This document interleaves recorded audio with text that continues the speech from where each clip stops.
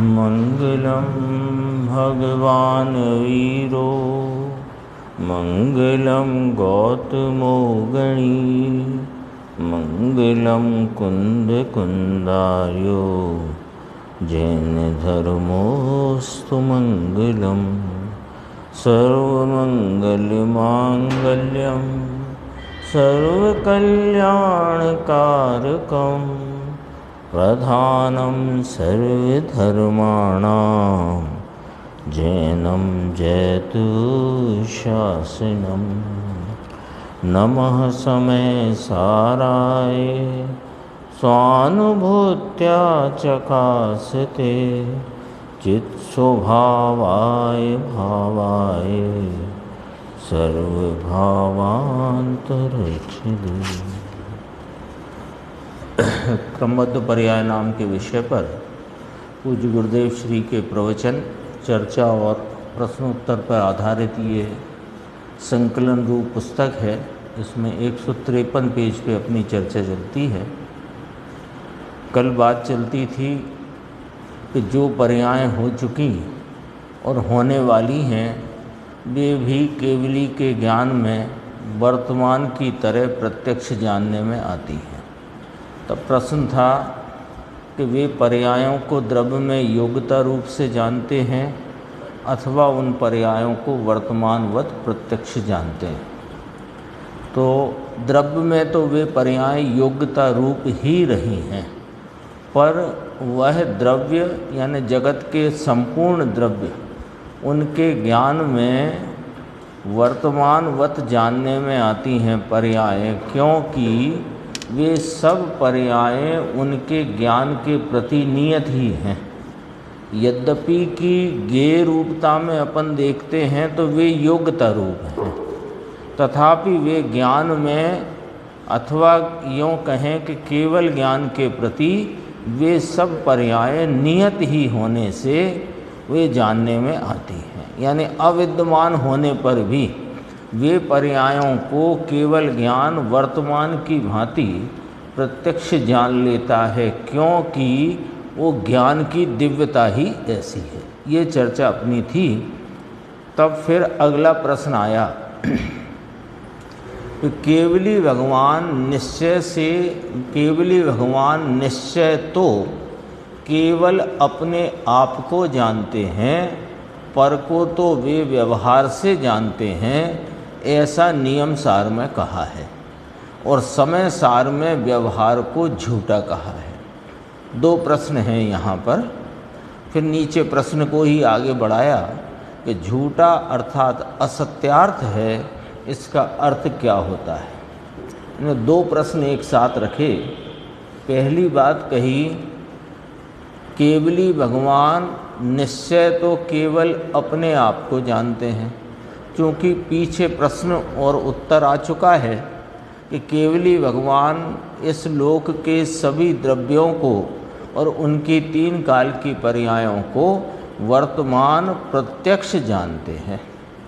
तब ये प्रश्न उपस्थित हुआ कि निश्चय तो वे केवल अपने आप को जानते हैं और जो लोकालोक उनको जानने में आता है ये जानना व्यवहार से जानते हैं, ऐसा नियम सार में कहा है। और समय सार कहता है कि व्यवहार यानी कि झूठा यानी कि असत्यार्थ। तो असत्यार्थ या झूठा इसका अर्थ क्या होता है, ये प्रश्न किया। उत्तर बहुत गंभीर है कि व्यवहार है ही नहीं, ऐसा उसका अर्थ नहीं है। व्यवहार है ही नहीं, ऐसा उसका अर्थ नहीं है। व्यवहार जानने लायक है, ऐसा 12वीं गाथा में कहा है। ते काले जानेला प्रयोजनवान है ना। तो वह जाना हुआ प्रयोजनवान है, सर्वथा झूठा नहीं है। तो असत्यार्थ जो कहा 11वीं गाथा में और फिर 12वीं गाथा में जाना हुआ प्रयोजनवान कहा, वह गौण करके असत्यार्थ कहा है, अभाव करके नहीं। ये गुरुदेव श्री ने बहुत स्पष्ट किया है 11वीं गाथा के व्याख्यान में। गौण करके असत्यार्थ कहा है। वो व्यवहार क्यों है कि है नहीं वाला नहीं, भेद रूपता के कारण उसे व्यवहार कहा और व्यवहार को असत्यार्थ कहा, क्योंकि भूतार्थ सत साहेब जो अपना ज्ञायक स्वरूप दृष्टि का विषय भूत भगवान आत्मा वह भेदों से रहित है। तो भेदों से रहित है तो भेद व्यवहार है और व्यवहार है सो असत्यार्थ है, तो गौण करके असत्यार्थ कहा, अभाव करके नहीं। स्पष्ट। हाँ, और भेद पर दृष्टि रहेगी तो निर्विकल्प भूतार्थ सत साहिब दृष्टि गोचर या दृष्टि में आता नहीं। प्रवचन सार की टीका में पांडे हैं, हाँ ये चर्चा आने वाली है, इसमें ही लिया है। प्रवचन सार की टीका में पांडे हेमराज जी ने कहा है कि व्यवहार को गौण करके असत्य कहा है, अभाव करके असत्य नहीं कहा है। स्पष्ट हो गया ना ये, क्योंकि प्रश्नकार ने पूछा कि पर को जानना तो व्यवहार से कहा है केवली को, और व्यवहार का अर्थ असत्यार्थ कहा, तो फिर असत्यार्थ या झूठा जो कहा व्यवहार को वह किस प्रकार है, वह स्पष्ट किया कि गौण करके असत्यार्थ या असत्य कहा है, अभाव करके नहीं। ये बात स्पष्ट करी। अब फिर अगला प्रश्न हो गया, तो क्या केवली पर को जानते नहीं क्या? अब ये प्रश्न हो गया। अभी एकदम बराबर मिलाना, कल की चर्चा से आज की चर्चा को मिलाना है।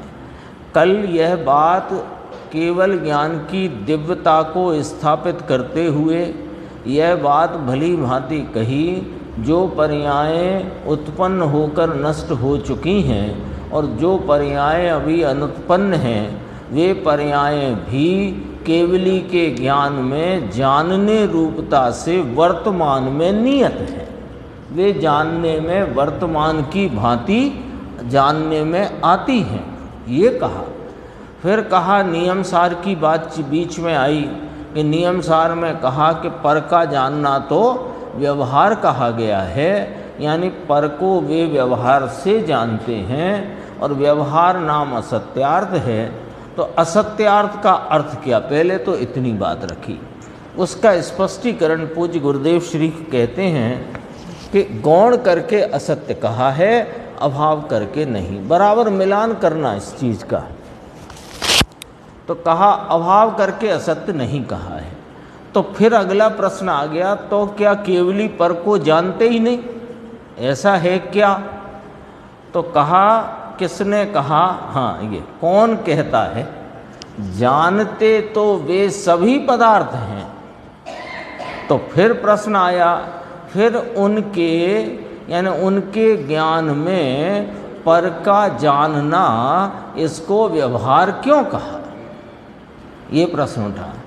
तो उत्तर, एक तो वे पर हैं इसलिए कहा, और तन्मय होकर नहीं जानते इसलिए भी पर का जानना व्यवहार कहने में आया है। हो गया ना, स्पष्ट हो गया सारा मामला, कोई उलझन तो नहीं। एक तो पर है, क्योंकि सर्वज्ञता भी खरे खर आत्मज्ञता है, क्योंकि वे पर को जानने के लिए पर उन्हें जानने में नहीं आता। वे तो निजानंद रसलीन हैं। सकल गे ज्ञायक तदपि निजानंद रसलीन, ये तो स्तुति बहुत प्रसिद्ध है। सकल गे ज्ञायक तदपि निजानंद रसलीन, निजानंद रसलीन हैं, तो वे तो अपने स्वरूप को ही जानते परिणमते हैं। उस स्वरूप के जानते परिणमने में पर जानने में आ जाता है, किंतु वे तन्मय होकर नहीं जानते। तो दो बातें आ गई, एक तो पर है इसलिए पर का जानना व्यवहार कहा, और तन्मय होकर नहीं जानते इसलिए भी व्यवहार कहने में आया है। तो अब प्रश्न ने दिशा बदल दी। ये तो हो गई बात, यहाँ से चली थी, देखो बराबर।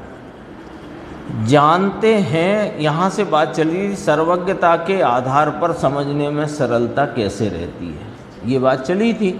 तो वहाँ से बात चली कि जानते हैं इसका क्या तात्पर्य। फिर स्पष्ट किया कि भूत भविष्य की पर्याय को योग्यता रूप जानते हैं या वर्तमानवत प्रत्यक्ष जानते हैं। तो ये स्पष्ट करते हुए कहा कि वह तो दिव्य ज्ञान है। फिर कहा पर का जानना तो व्यवहार कहा। तो कहा कि हाँ वे जानते हैं पर व्यवहार कहा क्योंकि वे तन्मय होकर नहीं जानते। ये विषय हो गया स्पष्ट। अब प्रश्न की दिशा बदल गई। प्रश्नकार ने वहाँ गुरुदेव श्री से पूछा कि साहिब क्रमबद्ध मानने से सब गड़बड़ हो जाता है।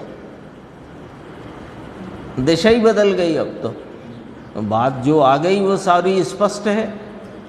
अब प्रश्न कर दिया कि क्रमबद्ध मानने से सब गड़बड़ हो जाता है। तो गुरुदेव ने कहा गड़बड़ तो क्रमबद्ध नहीं मानने से होता है मानने से तो व्यवस्थित होता है। देखो, गड़बड़ तो क्रमबद्ध नहीं मानने से होता है, क्रमबद्ध मानने से तो सब गड़बड़ उड़ जाती है। अनादि की भ्रांति उड़ जाती है, अनादि की पर में एकत्वपने की मान्यता उड़ जाती है। वस्तु व्यवस्थित अपने स्वयं स्वरूप से, स्वयं सामर्थ्य से, स्वयं अपने उस परिणाम से जो परिणाम जिस जिस काल में उत्पन्न होना है उस काल से परिणमित होती है। ये बात मान्यता में बैठ जाने से सारी गड़बड़ उड़ जाती है। वस्तु में तो कहीं गड़बड़ है ही नहीं, वस्तु में कोई गड़बड़ नहीं। जगत में जाति अपेक्षा 6 द्रव्य, संख्या से अनंत द्रव्य, सब ही द्रव्य अनादि अनंत अपने प्रति समय के परिणाम से परिणमते हुए, क्रमबद्ध परिणाम से परिणमते हुए हैं। जिनने माना उन्होंने ज्ञान के पूर्ण विकास को और आत्मा के पूर्ण लाभ को प्राप्त किया। जिन्होंने नहीं माना ये 4 गति में परिभ्रमण करते हैं। जो माना वे सुखी हुए, जो नहीं माना जिन्होंने वे दुख से पीड़ित हैं, थे और तब तक रहेंगे जब तक नहीं मानेंगे। बहुत कितना गजब का है। देखो, वस्तु में तो कहीं गड़बड़ है नहीं, वह तो पूर्ण व्यवस्थित है।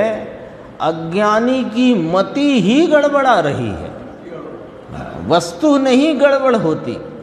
जगत का कोई द्रव्य किसी समय गड़बड़ रूप परिणमता ही नहीं। बोलो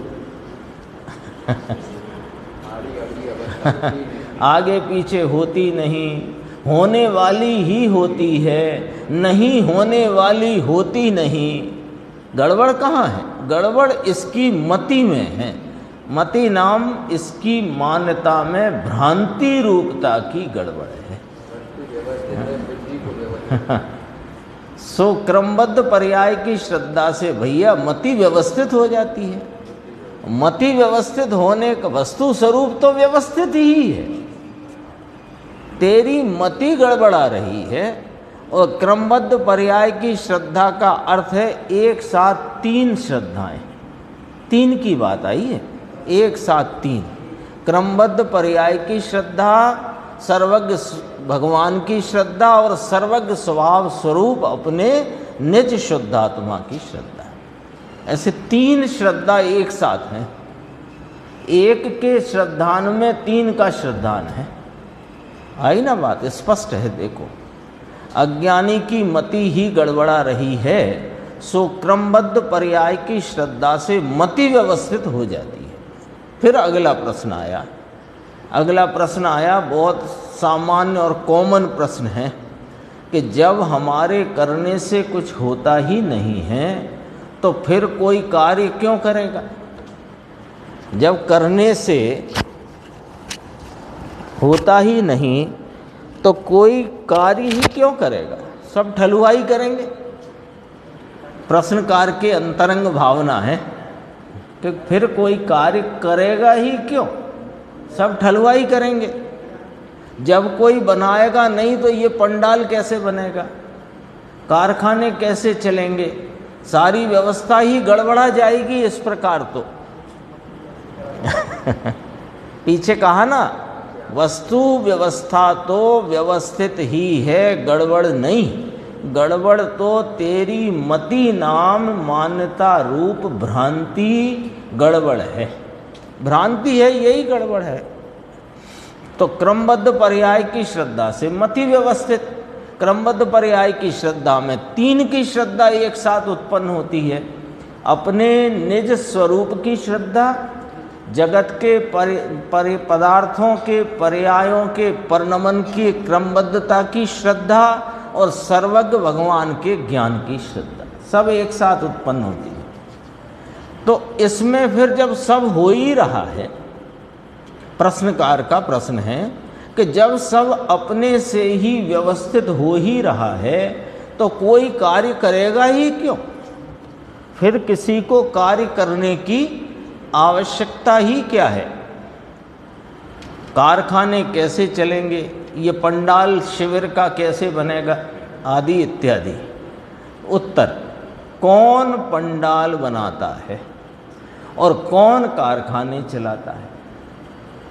अज्ञानी पंडाल बनाने का और कारखाने चलाने का अभिमान करता है, चलाता नहीं, चलाता ही नहीं।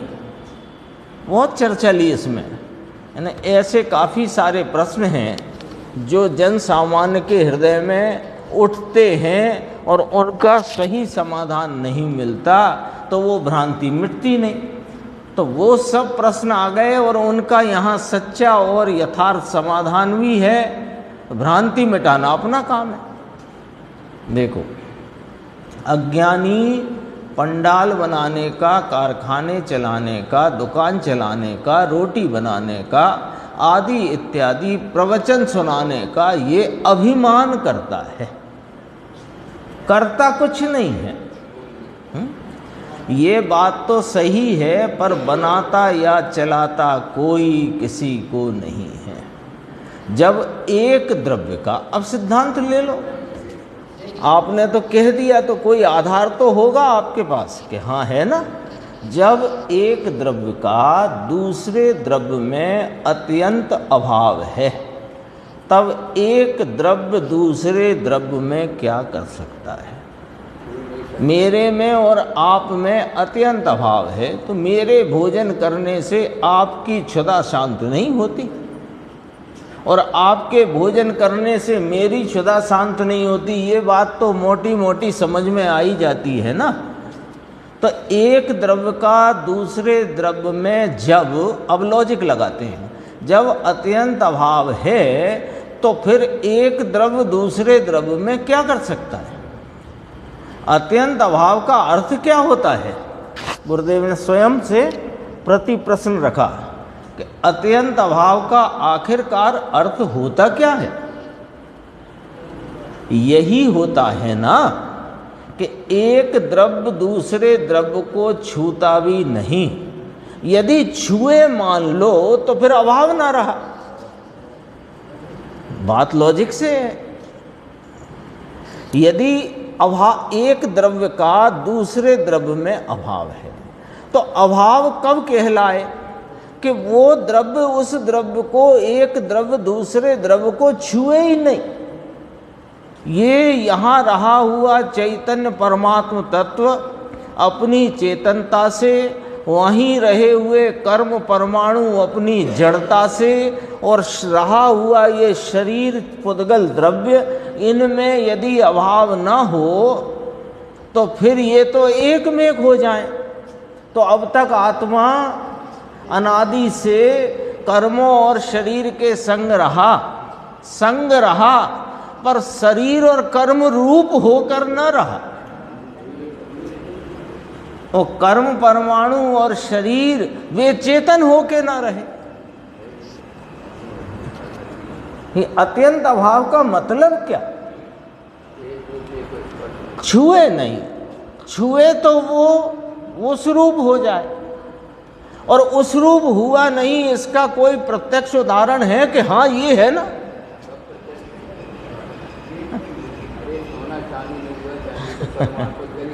हाँ, वो सोने को रख दो चांदी के साथ 100 साल तक जमीन में गाड़ के मिला के रख दो, पिघला के मिला के एक डिगली बना के रख दो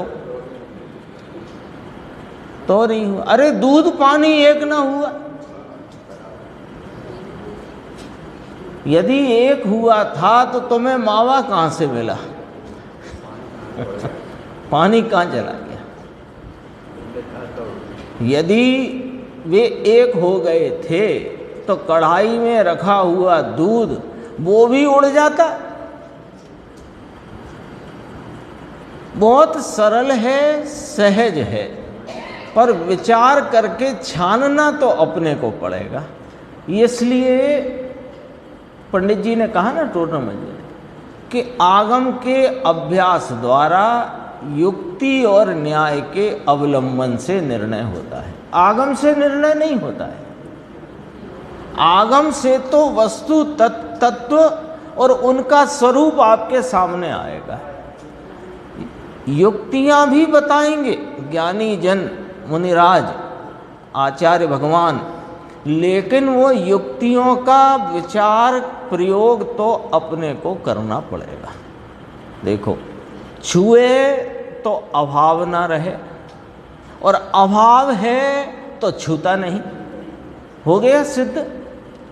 फिर कहा प्रश्न, यदि आप ऐसा उपदेश देंगे तो लोग आलसी हो जाएंगे, फिर जब उसके करने से कुछ होता ही नहीं तो कोई पुरुषार्थ क्यों करेगा? ये प्रश्न बहुत ही कॉमन है, और इस प्रश्न का जवाब इतना स्पष्ट गुरुदेव देते आए हैं तो भी हमारी ढिठाई ही समझो कि हम इस प्रश्न का उत्तर प्राप्त करके भी इस प्रश्न को छोड़ते ही नहीं। भाई, प्रश्न का उत्तर मिल जाए तो प्रश्न छूट जाना चाहिए। यहाँ से गांधी पार्क का रास्ता क्या है तो बताया कि इधर से गंज में जाकर आपको बाहर फाटक से निकल के राइट मुड़ना है। जब आपको इस प्रश्न का जवाब मिल गया तो अब ये प्रश्न फिर दूसरे से पूछो तो फिर मूर्ख चंद कहलाओगे। एक बार प्रश्न का जवाब मिल जाए फिर वो प्रश्न छूट जाना चाहिए ना। प्रश्न बना है इसका मतलब तुम्हें जवाब स्वीकार नहीं या समझ आया नहीं, दो में से एक बात कोई है। आप दूसरे से रास्ता तभी पूछोगे जब आपके साथी ने कहा अरे इससे पूछा तुमने, ये तो कोई जमा नहीं मेरे को, या न स्वीकार ना हुआ। हाँ, तो संशय बना है इसका मतलब आपका सवाल खड़ा है, वो अपने आप ये कह रहा है कि आपको संशय अभी बना हुआ है। अभी देखो गुरुदेव क्या कहते हैं, तुम आलसी होने की कहते हो और पुरुषार्थ कोई क्यों करेगा यूं कहते हो, तो हम तो कहते हैं कि क्रमबद्ध पर्याय के निर्णय में ही सच्चा पुरुषार्थ है, क्योंकि क्रमबद्ध का निर्णय करने में ज्ञायक स्वभाव पर दृष्टि जाती है। क्रमबद्ध पर्याय का निर्णय पर्याय के आश्रय से होता ही नहीं। ये क्रमबद्ध पर्याय के सिद्धांत की मूलभूत बात है, मूलभूत बात है। यानी जैसे बिना बुनियाद के भवन नहीं बनता, ऐसे ही क्रमबद्ध पर्याय का निर्णय बिना ज्ञाता स्वभाव की दृष्टि के होता ही नहीं। इतनी मूलभूत बात है। और क्रमबद्ध पर्याय की बातें आप 1 घंटे नहीं, 2 साल 10 साल 20 साल करो, और स्वभाव की दृष्टि की बात यदि उसमें ना आए तो वो बात क्रमबद्ध पर्याय की है ही नहीं। बात ऐसी है, क्रमबद्ध पर्याय की बात आए तो ज्ञाता स्वभाव की अनाम अकर्ता स्वभाव की दृष्टि की बात वहां बिना कहे खड़ी है। सर्वविशुद्ध ज्ञान अधिकार प्रारंभ हुआ, 4 गाथाएं कहीं, उनकी टीका बाद में कही, उत्थानिका पहले कही। और उत्थानिका में क्या कहा? क्रमबद्ध पर्याय समझाते हैं ये कहा कि जीव का अकर्ता स्वभाव दिखाते हैं ये कहा। ना देखो यही बात यहाँ गुरुदेव फरमाते हैं, क्रमबद्ध का निर्णय करने में ज्ञायक स्वभाव पर दृष्टि जाती है।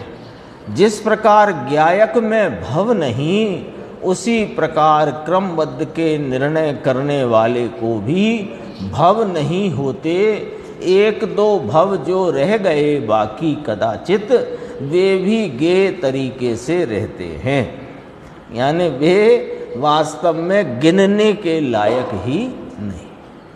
अपनी मति में, अब ये लाइन बहुत गंभीर है, अपनी मति में यानी अपनी मान्यता रूप बौद्धिक मान्यता में भी क्रमबद्ध की व्यवस्था को व्यवस्थित करना ही सच्चा पुरुषार्थ है। तो पहले बौद्धिक रूप मान्यता में निर्णय होता है, फिर उसका अनुभव। अब अनुभव किसका करोगे? सच्चा निर्णय तो अनुभव पूर्वक है ना, तो अनुभव किसका करोगे? पर्याय का कि ज्ञाता स्वभाव का? तो ज्ञाता स्वभाव की दृष्टि बिना क्रमबद्ध पर्याय का निर्णय सच्चा यथार्थ होता नहीं, और सारा पुरुषार्थ, वास्तविक पुरुषार्थ इसी में है। ये फिर प्रश्न आ गया कि पर्याय तो व्यवस्थित ही होने वाली है, अर्थात पुरुषार्थ की पर्याय तो जब उसके प्रकट होने का काल आएगा तभी प्रकट होएगी। अब ऐसी स्थिति में करने को क्या रह गया? अब प्रश्न आगे बढ़ा दिया उन्होंने कि आपने कहा कि क्रमबद्ध की व्यवस्था को व्यवस्थित करना, यानी जगत के सर्व द्रव्य अपने स्वतः सामर्थ्य से क्रमबद्धता से ही परिणमित होते हैं, इस बात को स्वीकार करना ही सच्चा पुरुषार्थ है। अच्छा, यही पुरुषार्थ है साहब, तो ये पुरुषार्थ भी क्रमबद्धता में जब होना होगा तब हो जाएगा। हमें क्या करना? अब करने को बताओ क्या रह गया? ये प्रश्न खड़ा हो गया कि जब पुरुषार्थ यही है तो पुरुषार्थ रूपी पर्याय भी जब अपने निस्वय काल में स्वय अवसर में प्रकट होगी तो हो जाएगी। हमें करने को क्या बाकी रहा? उत्तर, व्यवस्थित पर्याय है, पुरुषार्थ की पर्याय भी व्यवस्थित है, ऐसा भाई साहब आपने जाना कहाँ से? सुनी सुनाई कहते हो कि अपने ज्ञान में व्यवस्थित तरीके स्वीकार करके और ज्ञाता स्वभाव की दृष्टि पूर्वक कहते हो। यदि ज्ञाता स्वभाव की दृष्टि पूर्वक क्रमबद्ध पर्याय के यथार्थ निर्णय द्वारा कहते हो तो यही तो पुरुषार्थ है, यही तो पुरुषार्थ है। इसका काल जब आएगा कि बात अब रही कहाँ गई? तुम्हारा प्रश्न इधर से था कि पुरुषार्थ का काल जब आएगा तब पुरुषार्थ की पर्याय प्रकट हो जाएगी, हमें क्या करना? तो इधर से अब वापस जवाब आता है कि यदि तुमने ये जो प्रश्न किया है तो तुमने ये प्रश्न कहाँ से किया? यदि पर्यायों की व्यवस्थितपना स्वीकार करके, तो पर्यायों की क्रमबद्धता स्वीकार करने का अर्थ है ज्ञाता स्वभाव की दृष्टि।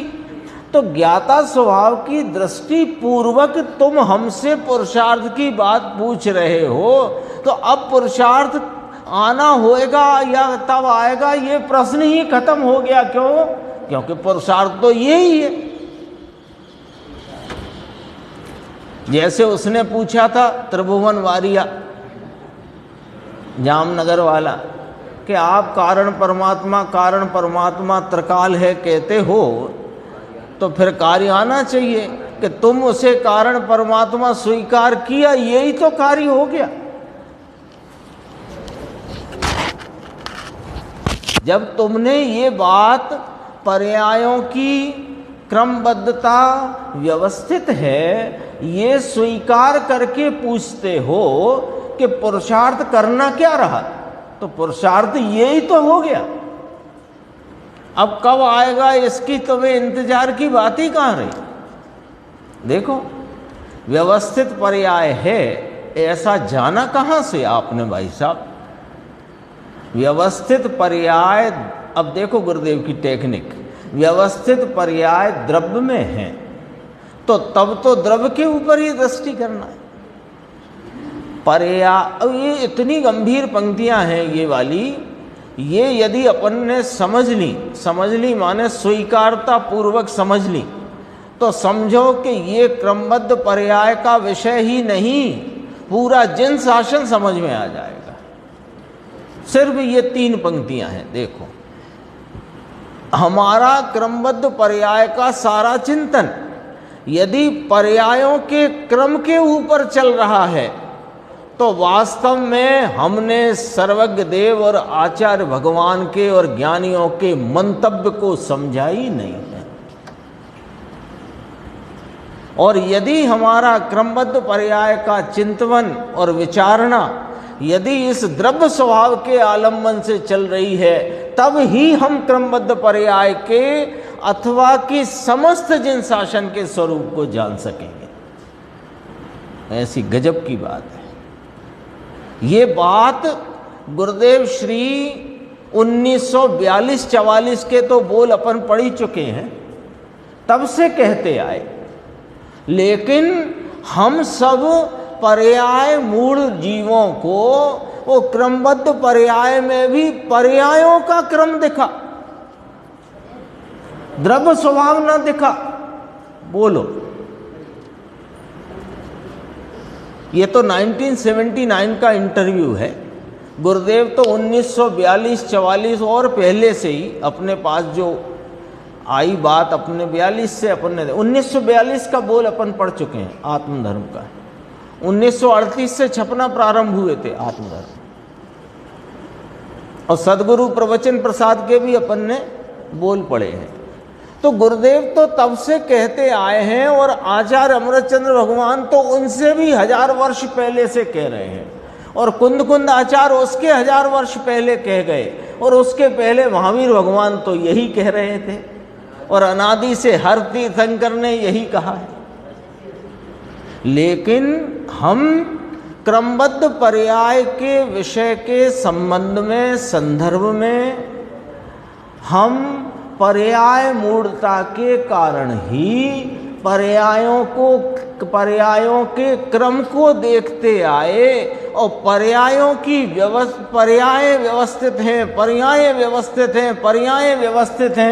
पर्यायों के हिसाब किताब में उलझे रहे, जबकि पर्याय जिसमें से आती हैं उस द्रव्य स्वभाव को दृष्टिगोचर न किया, उसको लक्ष्य में न लिया।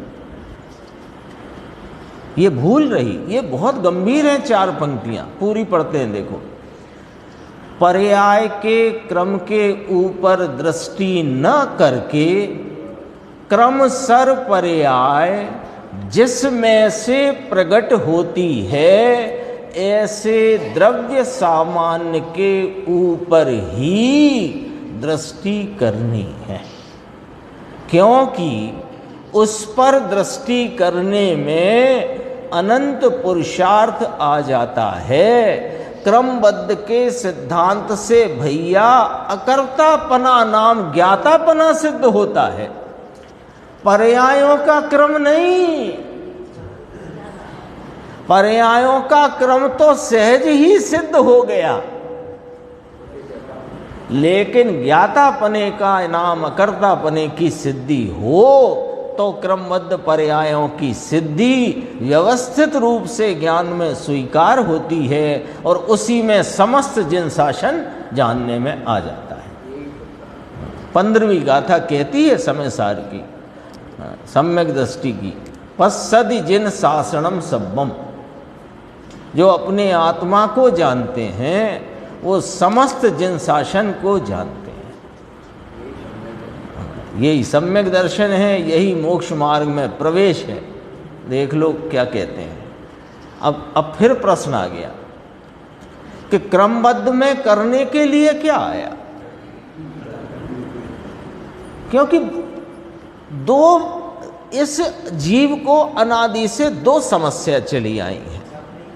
एक पर में करने की या करने की, सामान्यतः करने की समस्या और पर्याय मूढ़ता। और वो करने की समस्या भी पर्याय मूढ़ता के कारण ही है। इसलिए कुंद कुंद आचार्य देव फरमाते हैं पज्जय मूढ़ा ही पर समया। ये बात प्रवचन सार में भी कही, समय सार में भी कही है ना। देखो फिर प्रश्न, ये दोबारा प्रश्न आ गया। क्यों आ गया? इसलिए आ गया कि अभी भी करने की चेष्टा, करने का अभिमान, करने की बुद्धि। तो देखो उत्तर, करना है कहाँ भाई? करना नहीं है। करने में तो कर्तृत्व बुद्धि आती है। करने की बुद्धि छूट जाए ये क्रमबद्ध है। करने की बुद्धि का छूट जाना ही पर्यायों की क्रमबद्धता का स्वीकार है। समस्त द्रव्यों के क्रमबद्ध परिणमन का स्वीकार है। क्रमबद्ध में कर्तृत्व बुद्धि छूट जाती है, पर में तो कुछ कर सकता नहीं। एक, अपने में भी जो होने वाला है वही होता है। अर्थात अपने में भी जो होने वाला है वही होता है। उसका करना क्या?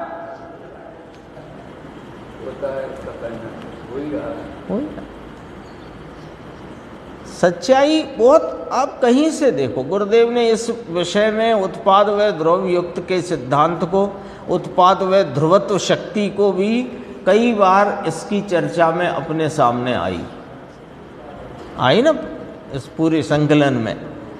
तो वो उस न्याय को भी समझो जरा कि जो पर्याय उत्पाद रूप है वो अगले समय भाव अभाव शक्ति से स्वतः व्यय को प्राप्त होती है, और जो अभी है नहीं वो अभाव भाव शक्ति से स्वतः उत्पन्न होती है।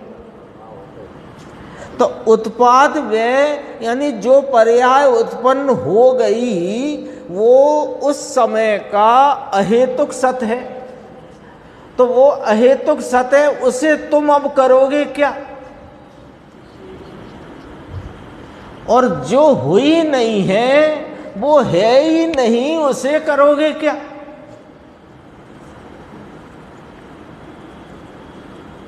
सोचो तो देखो, है ना। वो मे आई कम इन सर वाला उदाहरण है ना। वो पहले बचपन में होता था, स्कूल में जाके अंदर घुस गए पहले तो क्लास में, फिर घुस के पूछ रहे हैं मे आई कम इन सर। तो मास्टर साहब कहते थे अब क्या, अब तो तुम आई गए, अब क्या पूछते हो? अब जो पर्याय उत्पन्न होना है वो तो हो ही गई, अब मैं करूं ये तुम्हें कहां से रहा? और जो हुई नहीं उसे तुम करो कैसे? परद्रव्य की तो बात छोड़ दो एक तरफ, अब थोड़ी बात और गहराई में आ गई है कि अपने में भी जो होने वाला है वही होता है। अर्थात अपने में होने वाला वही होता है, उसका करना क्या? प्रश्नवाचक। राग में भी कर्तृत्व बुद्धि छूट गई और अपनी उलझन यही पड़ी है राग के कर्तृत्व की। कैसी? कि ये राग अशुभ है, ये ठीक नहीं, और ये राग ठीक है। ये राग रहे, ये राग होए, ये राग करूं। राग में तो कैसे छूटेगी वो? अपने में भी वही होता है जो होने वाला है। जब ये स्वीकार करोगे तो राग में भी कर्तृत्व बुद्धि छूट जाती है। हाँ, एक पॉइंट। दूसरा, भेद और पर्याय से भी दृष्टि हट गई। भेद और पर्याय से दृष्टि कैसे हट गई? देखो, राग को करना नहीं, क्यों नहीं करना? कि जो होने वाला राग है वह स्वतः उस समय में अपने स्वयं काल में उपस्थित होता है। तो मैं करूं, ये बात छूट गई। तो राग कहाँ होता है? पर्याय में होता है। और वह राग रूपी पर्याय भेद का भाव है कि अभेदता का भाव है ना? पर्याय मात्र भेद रूप भाव है। तो जब करना ही नहीं, कुछ करना ही नहीं, तो जब करना ही नहीं, तो जो करना का जो कार्य है वो भेद रूपता का कार्य, वो पर्याय में होता हुआ कार्य, वहां अब दृष्टि देने की जरूरत क्या? भेद और पर्याय से भी दृष्टि हट गई। अब इसमें बीच में गुरुदेव ने बोला नहीं, पर समाई हुई है बात कि जब राग की कर्तृत्व बुद्धि, पर के कर्तृत्व की तो बात दूर रहो, जब राग के कर्तृत्व की भी बुद्धि छूट गई, भेद और पर्यायों पे से भी दृष्टि हट गई, तो अब दृष्टि कहीं जाएगी कि नहीं जाएगी? तो कहाँ जाएगी? ये द्रव्य स्वभाव पर, जिसमें से ये पर्याय रूपी भेद उत्पन्न होते हैं क्रम नियमित। वो क्रम नियमित उत्पन्न होने वाले जो भेद हैं पर्याय के, उनका दाता द्रव्य है। तो द्रव्य पर दृष्टि जाएगी, और द्रव्य पर दृष्टि गई तो क्रमबद्ध की प्रतीति हुई। कितना एकदम ऐसे देखो, है ना, बिल्कुल साइंटिफिक तरीके से सारी बात है। कोई इसमें जबरदस्ती का काम नहीं है कि आप, हम कह रहे हैं तो आप मानो, हम कह रहे हैं उसे समझो, समझ करके विचार करो। ऐसे तो हो नहीं पाएगा कि अकेले सुना और हो गया। सुनो, समझो, विचार करो, फिर उसको तोलो बराबर, और जो तुम्हें सच्चा लगे स्वीकार करो, नहीं लगे सच्चा तो पूछो, छोड़ो नहीं। देखो, क्रमबद्ध की प्रतीति में तो ज्ञाता दृष्टा हो गया, ये यहाँ कही बात आ गई गुरुदेव ने। क्रमबद्ध की प्रतीति में तो ज्ञाता दृष्टा हो गया। इस ज्ञाता दृष्टा स्वरूप स्वीकारते ही निर्मल पर्याय करूं ऐसी बुद्धि भी छूट गई क्योंकि वो पर्याय स्वतः निर्मल उत्पन्न हो गई। पुरुषार्थ करूं, यही पुरुषार्थ है भाई साहब। राग को करूं ये बात तो दूर रह गई, मैं सम्यक दर्शन करूं ये बात छूट गई। अरे ज्ञान करूं ये बुद्धि भी छूट जाती है ना। ये बहुत चलता है। मैं पर का कुछ करता नहीं, ज्ञान तो करता हूं, ज्ञान तो करता हूं ना, मैं ज्ञान तो करता हूं ना, ज्ञान का ही करता नहीं क्या मैं? ज्ञान से तुम परिणमते हो, इस अपेक्षा तुम ज्ञान के करता हो। राग से तो तुम परिणमते भी नहीं स्वभाव से देखो तो। पर द्रव्य के पर्याय से नहीं परिणमते तो उनके करता नहीं। अब जरा ये वाला लॉजिक देखो, पर द्रव्य के परिणाम से, शरीर के परिणाम से तुम परिणमते नहीं, इसलिए उनके करता तो हो ही नहीं। राग रूप भी तुम स्वभाव से परिणमते नहीं, यानी तुम्हारा स्वभाव राग रूपता से परिणमता नहीं, तो राग के भी करता नहीं।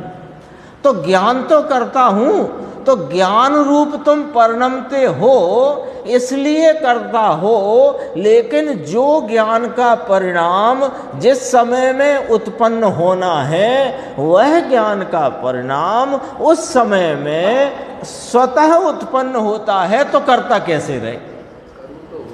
करूं तो होता है, ये बात न रही। पकड़ में आ गई बात? कठिन तो नहीं है। तीन बातें आई, पर का करना, राग का करना, ज्ञान का करना। पर का तो पर रूप तुम परिणमते ही नहीं, तो पर का कर्तापना नहीं। राग रूप तुम्हारा स्वभाव परिणमता नहीं तो तुम राग के कर्ता नहीं, और ज्ञान रूप तुम परिणमते हो इस अपेक्षा से ज्ञान के कर्ता तो हो, लेकिन वो ज्ञान स्वतः अपनी स्वयं सामर्थ्य से अपने स्वयं काल में प्रकट हुआ है। तो तुमने करूं ये वाली इस रीति से तो तुम उसके भी करता नहीं। हाँ, इस रीति से तो तुम उसके भी करता नहीं कि मैं करूं। इतनी गजब की बात है, गहरी बात है। और ये बात समझने के बाद फिर पर्यायों के क्रम पर दृष्टि रह सके, ऐसा भी अन्याय नहीं हो सकता। स्वभाव पर दृष्टि आए ही आए। कर्तृत्व बुद्धि भी छूट जाती है और अकेला ज्ञान रह जाता है।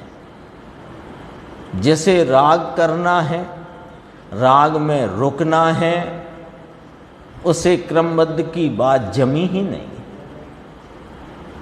जैसे राग करना है, जैसे राग में उपादेयता है, जैसे राग में कोई सहारा दिखता है, जैसे राग ऐसे बहुत है ना, अपन लोगों के चिंतन की बात बताते हैं, सबकी बात है, किसी एक की बात नहीं। ज्ञानी को भी ऐसा राग होता है। तो भैया तुम्हें राग करना है कि ज्ञानी के समान दृष्टि करना है? ज्ञानी से यदि मिलान करना हो तो उसकी दृष्टि का मिलान करो ना भैया। उसकी कमजोरी का जिसको वो अपने खाते में ही नहीं गिनता, तुम उसका हिसाब लगाया करते हो। मुनिराज को भी ऐसा होता है, श्रावकों को ऐसा होता है, ज्ञानियों को ऐसा होता है, उनको भी ऐसा राग आता है। तो भाई साहब, आपने राग करने का ठेका लिया है कि ज्ञानियों के समान दृष्टि करने के लिए उद्यमवंत हुए। सोच ही गलत है, विचार ही गलत है, दिशा ही गलत है। और फिर कहो कि मुझे धर्म प्रकट क्यों नहीं होता? 10-10 साल, 20-20 साल निकल गए, 25 साल निकल गए, क्यों नहीं होता? कैसे होएगा? दौड़ तो उल्टी दिशा में है तुम्हारी, कैसे होएगा? क्या गुरुदेव श्री ने क्या नहीं कहा? बोलो, क्या क्या चूक गए कहने से बता दो। एक बात चूक गए हम।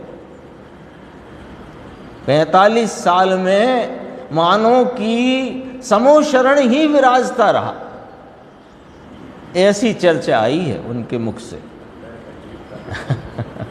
अद्भुत है। देखो,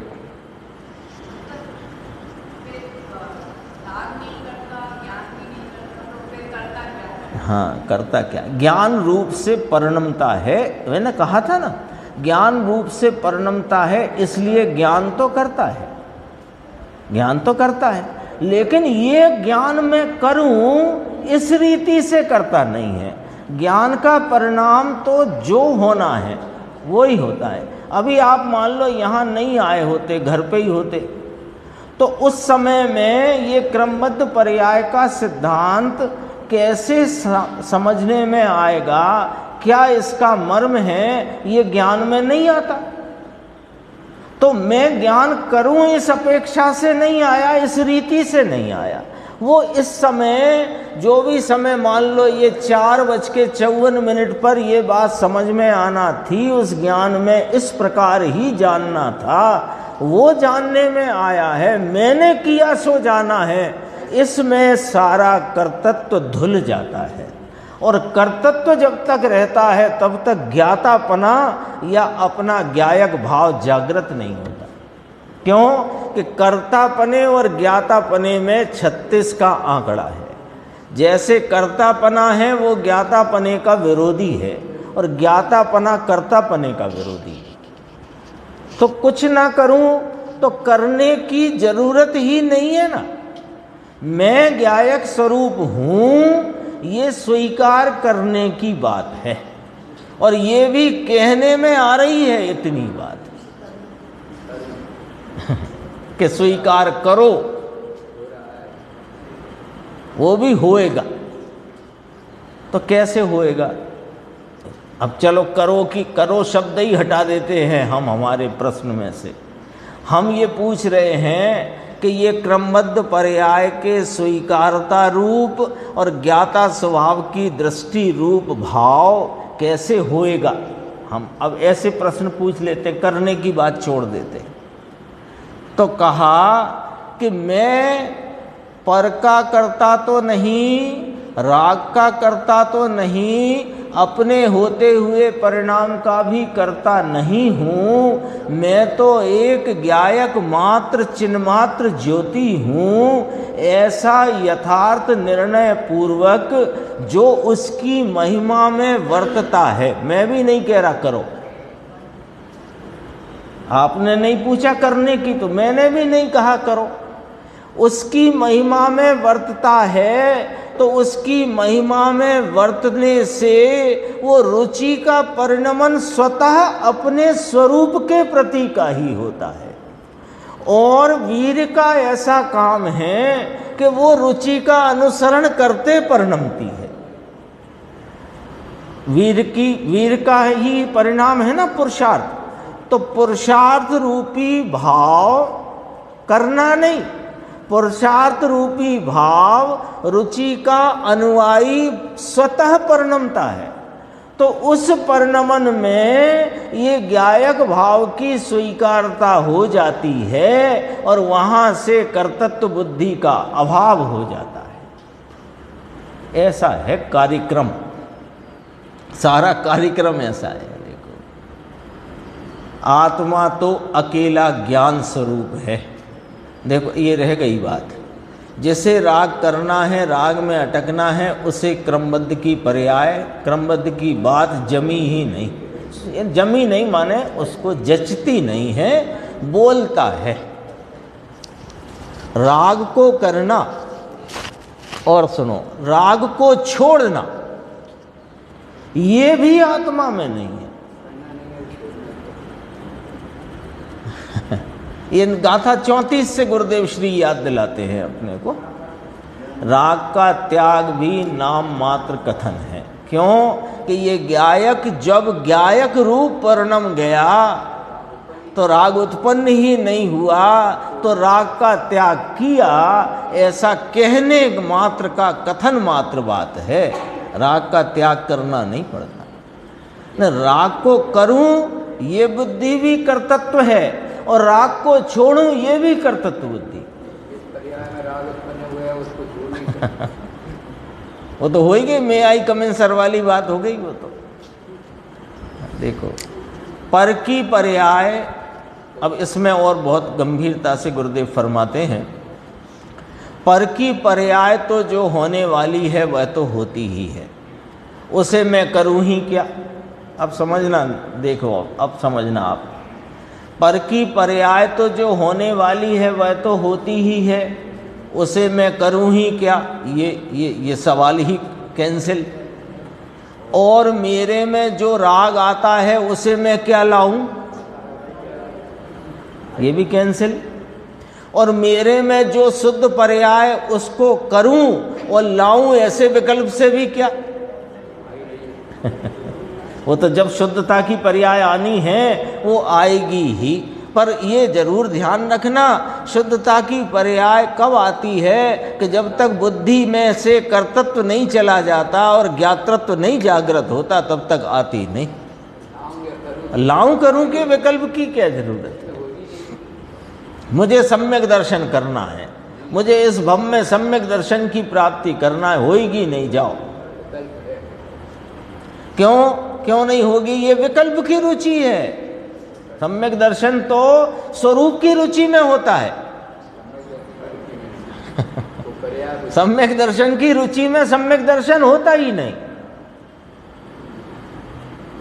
स्वरूप के रुचिवंत को सम्यक दर्शन सहज प्रकट होता है, स्वतः प्रकट होता है। ओहो भाई, इतना सिंपल है कि जो जैसा है वैसा जानो, जैसा जाना उसको समझो। और समझकर उसे युक्ति पूर्वक न्याय पूर्वक उसको बराबर अपने ख्याल में उसकी छटछटाई करके उसका यथार्थ जैसा सर्वज्ञदेव फरमाते हैं वैसा निर्णय करो। और निर्णय जो हुआ तो वो महिमा में ही होएगा। आप कोई भी कार्य करोगे बिना महिमा के करोगे, माने उस कार्य के में प्रयत्नशील भी होगे, तो महिमा बिना कैसे।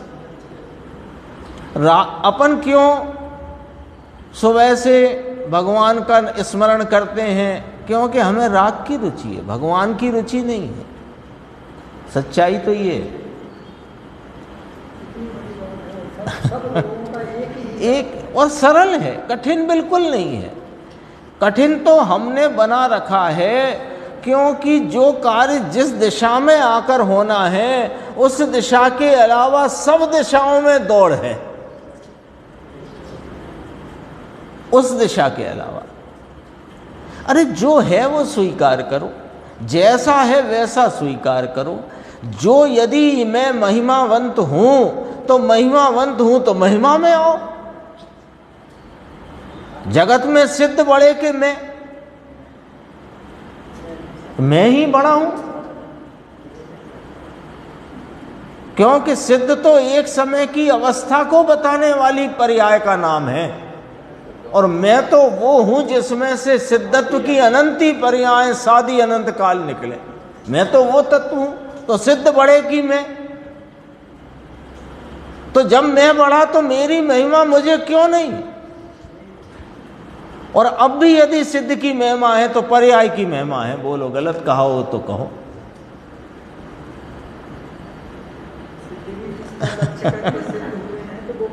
जो भाई साहब ने कल याद दिलाया, मंगलमय मंगल करण वीत राग विज्ञान और नमो ताह जात, इसमें ही नमन करके वे अरिहंतादि महान। सब पांचों परमेष्टि देखो, अपनी पर्याय में होने वाला राग और होने वाली शुद्ध पर्याय, उसको करने का विकल्प क्या। देखो, उसको करने का विकल्प पर्याय की रुचि है, विकल्प की रुचि है, राग की रुचि है। और अपनी रुचि में सम्यक दर्शन होएगा, ये गारंटी है और यही नियम है। जिसको हुआ है वो अपनी रुचि में हुआ। महावीर के जीव को सिंह की पर्याय की रुचि में हुआ, और जब वहां सुना था आदिनाथ के समोशरण में तीर्थंकरत्व कितने, एक कोड़ा कोड़ी सागर, कितना था चौथा काल, एक कोड़ा कोड़ी सागर उपरांत, लगभग इतने के उपरांत होगा, तो पर्याय पे रुचि थी। बोलो, अपन तो उस पर बात करते हैं, रुचि कहाँ थी। जब भरत के पुत्र की पर्याय में थे वही जीव, तब आदिनाथ भगवान ने तब भी तीर्थंकरत्व की बात करी थी, यानी धर्म की बात करी थी। तो तब धर्म की प्राप्ति तब होगी, ऐसा सुनकर पर्याय की रुचि में वो स्वीकार न करी। और सिंह की पर्याय में हिरण का पेट फाड़कर खाते हुए काल में पर्याय की रुचि छोड़कर स्वभाव की रुचि करी, तो सम्यक दर्शन हुआ। अद्भुत है बात। हम पूरा करते, समय हो चुका है, ज़्यादा ही हो गया। मेरे में जो शुद्ध पर्याय उसको करूँ लाऊं, ऐसे विकल्प से भी क्या, अपनी पर्याय में होने वाला राग और होने वाली शुद्ध पर्याय, उसको करने का विकल्प क्या। राग और शुद्ध पर्याय के कर्तृत्व का विकल्प शुद्ध स्वभाव में है ही नहीं। अकर्तापना आ जाना ही मोक्ष मार्ग का पुरुषार्थ है। शेष चर्चा आगे की स्वास्थ्य।